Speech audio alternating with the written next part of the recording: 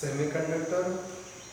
Next topic, band theory of solid.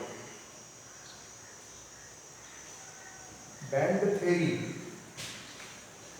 याची सुरुवात केमिस्ट्रीमध्ये आपण असं म्हटलेलं आहे पहा की every electron revolve around the nucleus. हे इलेक्ट्रॉन जे असतात त्यांच्यावर चार्ज निगेटिव्ह असतो आणि ते इलेक्ट्रॉनच्या भोवती फिरत असतात. समजा आपण एखादं उदाहरण घेतलं, क्लोरीन किंवा सोडियम, आपण त्याला Na11 ॲटॉमिक नंबर त्याला आपण म्हणतो 11 आहे.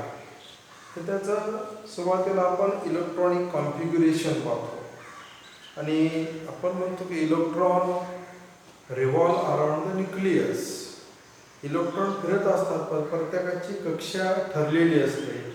पहिल्या कक्षेमध्ये 2 इलेक्ट्रॉन असतात, दुसऱ्या कक्षेमध्ये 8 इलेक्ट्रॉन असतात. किंवा त्याचे जे ऑर्बिट आहे, प्रत्येक ऑर्बिटची एनर्जी लेवल किंवा एनर्जी वेगळी असते. फॉर एक्झाम्पल आपण जर उदाहरण घेतलं सोडियम,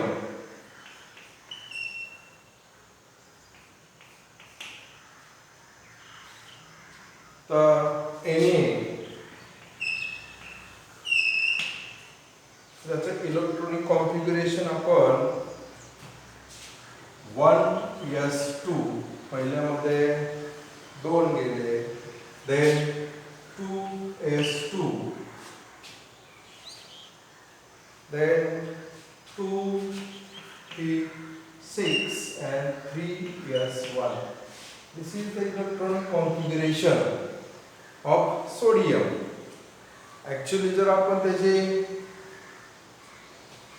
पहिल्या कक्षावाईज केलं तर सोडियम पहिल्या कक्षेमध्ये 2 इलेक्ट्रॉन, दुसऱ्या कक्षेमध्ये 1, 2, 3, 4, 5, 6, 7 आणि 8, 10 झाले. आणि शेवटच्या कक्षेमध्ये 1 इलेक्ट्रॉन आहे. हे झालं electronic configuration. And this electron in each orbit are arranged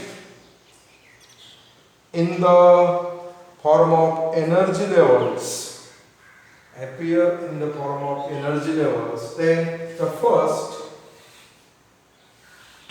is the 2s, 1s orbit or band.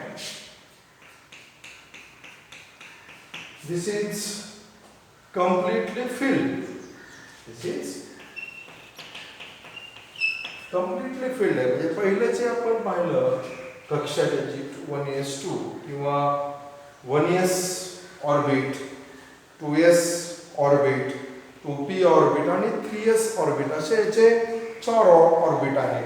पैकी आपल्याला माहिती की याच्यामध्ये जे लास्ट ऑर्बिट दिसतंय त्याच्यामध्ये आपल्याला एकच इलेक्ट्रॉन आहे. म्हणजे कंप्लीट होण्यासाठी कमीत कमी आपल्याला 8 इलेक्ट्रॉन पाहिजे, तिथं एकच आहे. म्हणजे जी शेवटची जी 3s आहे त्याची कक्षा ती अनफिल आहे. किंवा आपण त्याला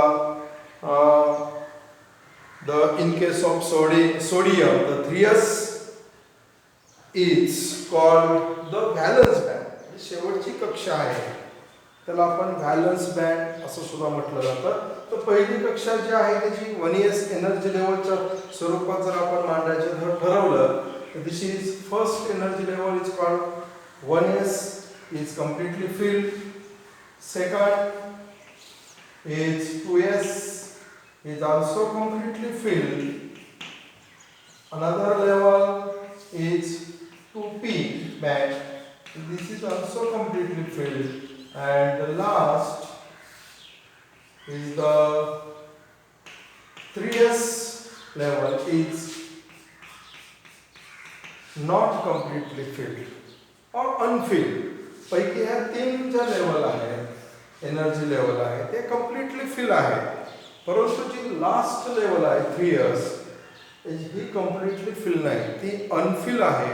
and that level is called valence level, and the energy in this level is called, and that energy band is called valence band. This last band is unfilled किंवा ते पूर्ण फिल नाहीये, कम्प्लिटली फिल नाहीये, त्याला valence band असं म्हटलं जातं. आणि इन केस ऑफ सोडियम या ठिकाणी 3s लेवलमध्ये आपल्याला एकच इलेक्ट्रॉन दिसतोय, म्हणजे ती लेवल अनफिल आहे आणि त्याला त्या लेवलला किंवा त्या एनर्जीला व्हॅलन्स लेवल असं म्हटलंय. And that corresponding band is called valence band. For example, the first 1s band, 2s band, 2p band, these 3 bands, जे पहिले 3 बँड आहेत ते कम्प्लिटली फिल आहेत आणि लास्ट जे बँड आहे त्याला आपण व्हॅलन्स बँड असं म्हटलंय, ते मात्र कम्प्लिटली फिल नाही आहे. हे झालं आपलं सोडियमचं उदाहरण. जर आपण क्लोरीनचं घेतलं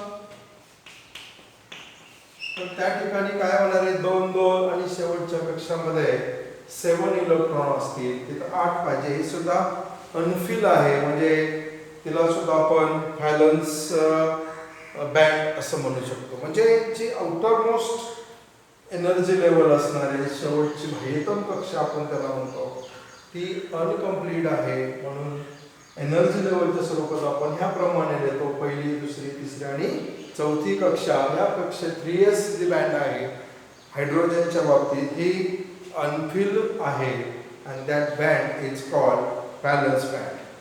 When the sufficient energy is provided to this valence electron, म्हणजे व्हॅलन्स बँड मध्ये जे इलेक्ट्रॉन आहे त्याला आपण व्हॅलन्स इलेक्ट्रॉन असं म्हणतो. आणि ज्यावेळेस या व्हॅलन्स इलेक्ट्रॉनला सफिशियंट एनर्जी प्राप्त होते, then these valence electron are rise to higher energy level.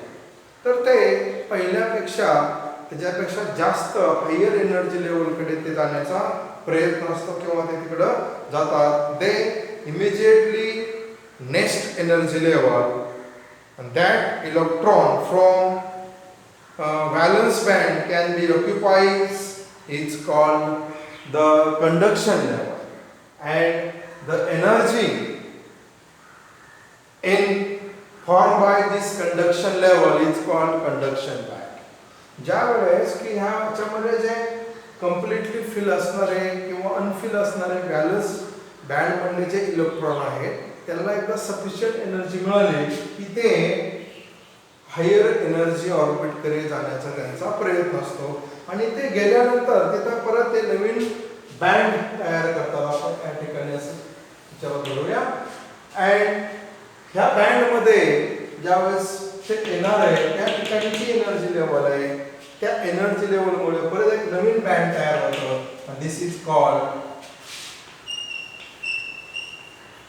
conduction band, and this conduction band is responsible for transformation of electron किंवा transition of electron किंवा transformation of electricity. कंडक्शन करण्यासाठी ह्या conduction बँडचा वापर केला जातो. म्हणजे ज्यावेळेस व्हॅलन्स बँड मधले इलेक्ट्रॉन त्यांना सफिशियंट एनर्जी मिळणार आहे त्यावेळेस ते हायर एनर्जी लेवलकडे जाणार आहे. त्या ठिकाणी ते नवीन एनर्जी लेवल तयार करते, नवीन बँड तयार करते. त्याला कंडक्शन बँड असं आपण म्हटलेले. दिस इज कॉल्ड कंडक्शन बँड. म्हणजे या ठिकाणी आपण दोन गोष्टी शिकलो. First is the valence band. आता आपल्या ह्या उदाहरणामध्ये 1 2 3 4 व्हॅलन्स बँड आहेत. परंतु व्हॅलन्स बँड कोणाला म्हणायचं आहे? जे लास्ट 3s आहे सोडियमच्या बाबतीत. तुम्ही जर आपण एलिमेंट चेंज केला तर त्याची कक्षा किंवा त्याचा नंबर वेगळा येऊ शकतो 5 नंबरला कोण 2 नंबरला, त्याचे ॲटॉमिक नंबर किती आहे, मास नंबर किती आहे, त्याच्यावर ते अवलंबून असणार आहे. इलेक्ट्रॉनिक कॉन्फिगरेशन त्याचं कसं असणार आहे त्यानुसार त्याचं व्हॅलन्स बँड ठरणार आहे, किंवा आपण त्याला व्हॅलन्सी सुद्धा म्हणू शकतो. दिस इज द व्हॅलन्स बँड. आणि त्याच्यावरती conduction band. And this valence band is mostly unfilled. And this conduction band म्हणजे ज्यावेळेस ह्या व्हॅलन्स बँड मधल्याला सफिशियंट एनर्जी मिळणार आहे त्यावेळेस ते पुढे जाणार आहे कंडक्शन बँड मध्ये जाणार आहे. This is about the valence band and conduction band. Now we discuss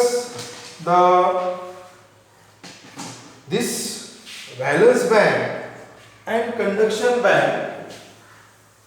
The gap there is किंवा व्हॅलन्स बँड आणि कंडक्शन बँड मध्ये गॅप असतो का काय याचा आपण विचार करूया. काल अगोदरच्या लेक्चर मध्ये आपण पाहिलं की according to electrical property the substance classified into conductor, insulator and semiconductor. Firstly, in case of conductor, जर आपलं मटेरियल कंडक्टर असेल, कंडक्ट करणार असेल, then there is, this is conduction band and there is no gap between valence band and conduction band. जर ते material conductor असेल, conductor आपण त्याला गुड कंडक्टर ऑफ इलेक्ट्रिसिटी म्हणतो, म्हणजे कंडक्टरची कंडक्टिव्हिटी जास्त असते, ते इलेक्ट्रिसिटी किंवा करंट वाहून नेण्यासाठी जास्त उपयोगी आहेत.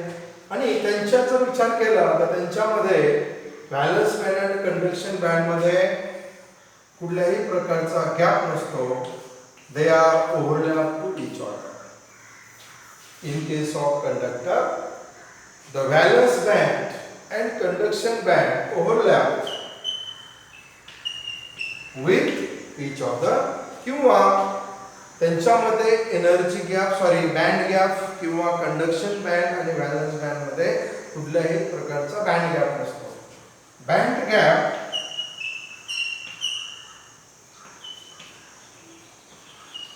or energy gap, it is denoted as Eg.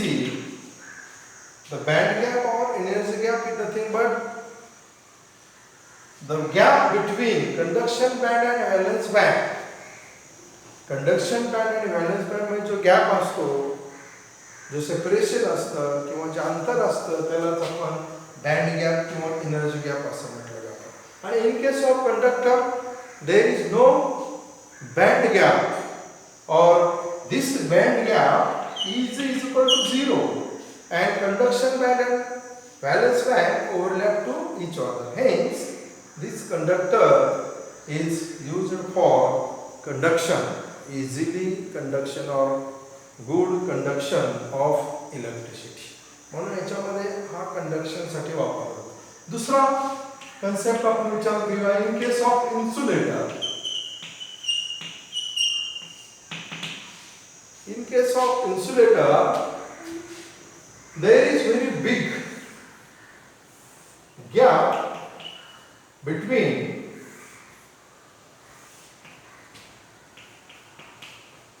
valence band and conduction band. There is very big gap. Eg is very large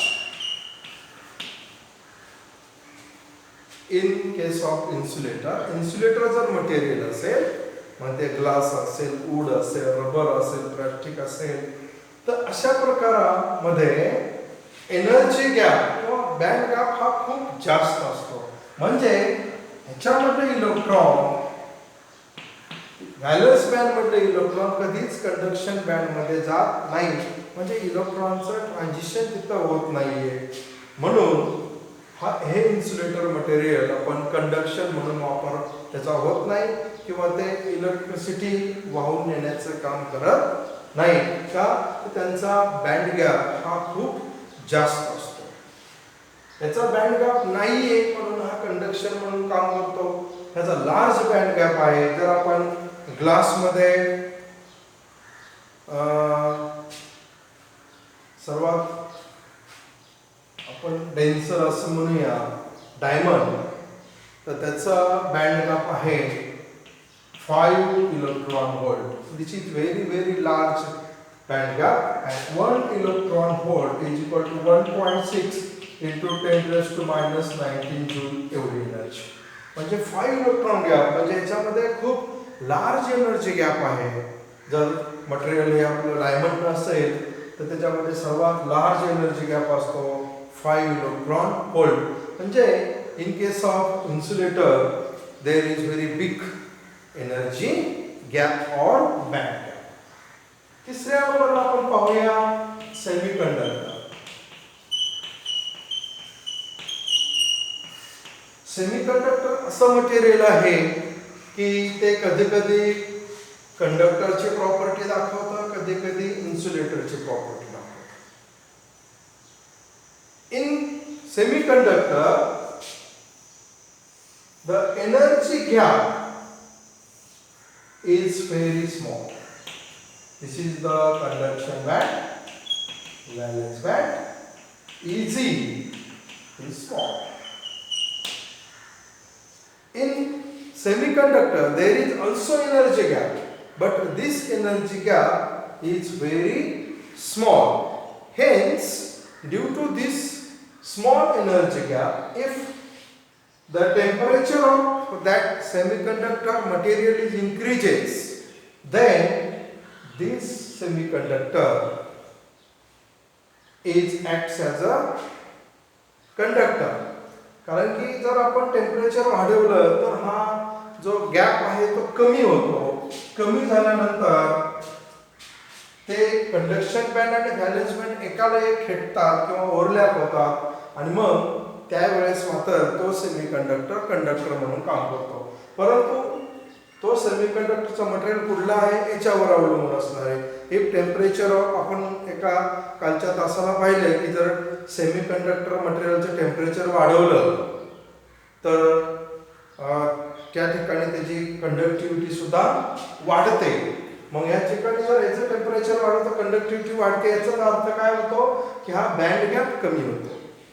म्हणजे in semiconductor material there is less energy gap between valence band and conduction band. The energy gap or forbidden energy gap between conduction band and valence band is called energy gap or band gap and it is denoted as Eg. परत आपण discuss करूया. जर material conductor असेल तर तिथं energy gap नसतो, ते overlap असतात. म्हणून या ठिकाणी हा कंडक्टर कंडक्शन म्हणून वापरला जातो किंवा हा इलेक्ट्रिसिटी कंडक्ट करतो. इन्सुलेटरच्या बाबतीत या ठिकाणी खूप जास्त एनर्जी गॅप आहे म्हणून हा कंडक्शनसाठी वापरला जात नाही. आणि सेमीकंडक्टर मटेरियल हे असं आहे की त्याच्यामध्ये एनर्जी गॅप कमी आहे, पण जर त्याचं टेम्परेचर बदललं तर तो एनर्जी गॅप सुद्धा चेंज होतो. म्हणजे अशा प्रकारे आपण थोडक्यामध्ये ही जी बँड थेअरी आहे त्याचा विचार केला की कुणाला कंडक्शन बँड म्हणायचं, कुणाला व्हॅलेन्स बँड म्हणायचं. आणि कंडक्टर असेल तर एनर्जी गॅप किती आहे, इन्सुलेटर असेल तर एनर्जी गॅप किती आहे आणि सेमीकंडक्टर असेल तर एनर्जी गॅप किती आहे याचा आपण या लेक्चरमध्ये विचार केला.